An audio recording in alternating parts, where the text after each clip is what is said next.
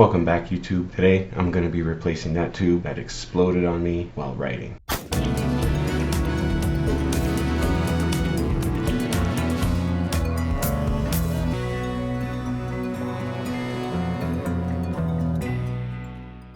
I'm also trying a different way of vlogging, where I'll just record the clips and then go back and do a voiceover. And here I'm just recording where the chain goes into the cogwheel so that I can reverse engineer it if I need to. So once I did that, it was time to pull this off. I thought I was going to have to hold one side while I unscrew the other, but they're totally independent. So I focused on one and then got the other loose.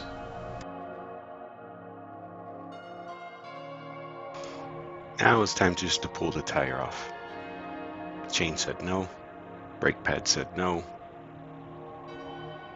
I was like, all right, come on, help me out here.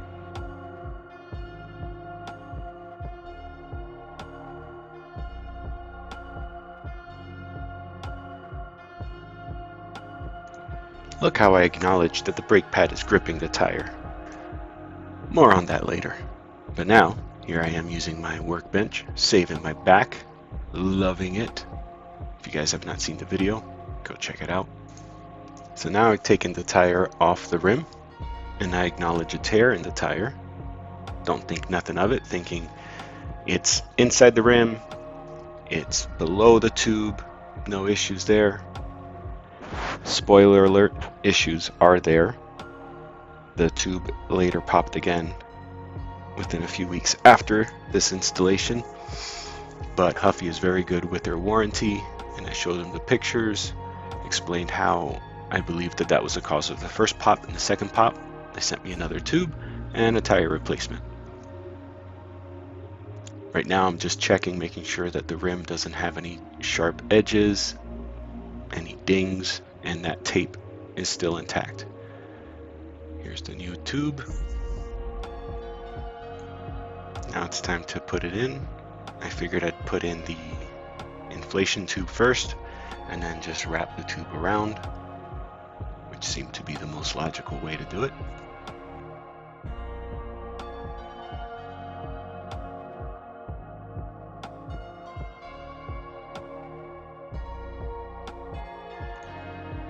But it was still too flimsy, so as you can see it wasn't holding. So I thought, alright, let me go inflate it a little bit so that way it can stay in place.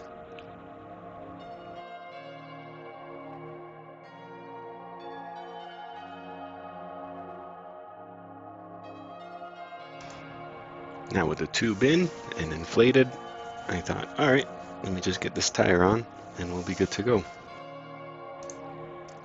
Getting the tire on required more wrestling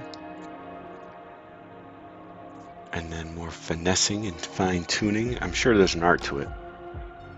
Anybody that knows anything about bikes is probably watching this and laughing, and that's fine. But for anybody else that may not know what they're doing and for whatever reason is watching my video instead of the other really good videos on YouTube, could you comment below and help them out? Because I was just figuring it out.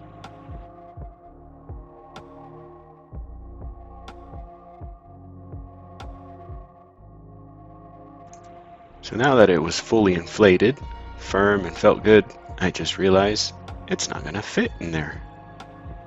Gee willikers. So I start releasing some of the air, thinking my grip strength is going to be enough to squish it through. It's kind of promising, but then it's not. And then I still have to get it into the right grooves on the top.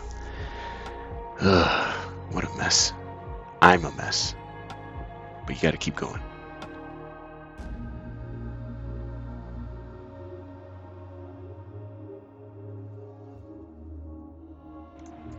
Try another approach where I'm doing the chain parts first, and then I'll just force it through the brakes. Yeah, that'll work.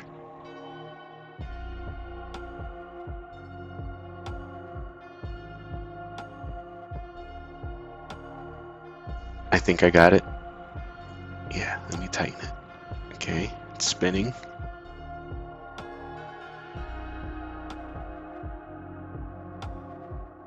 Let me tighten these brakes.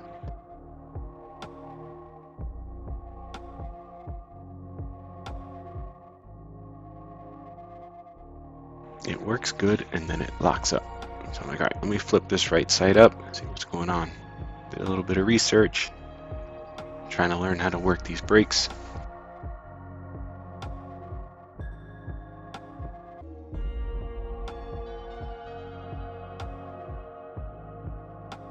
Got it working though.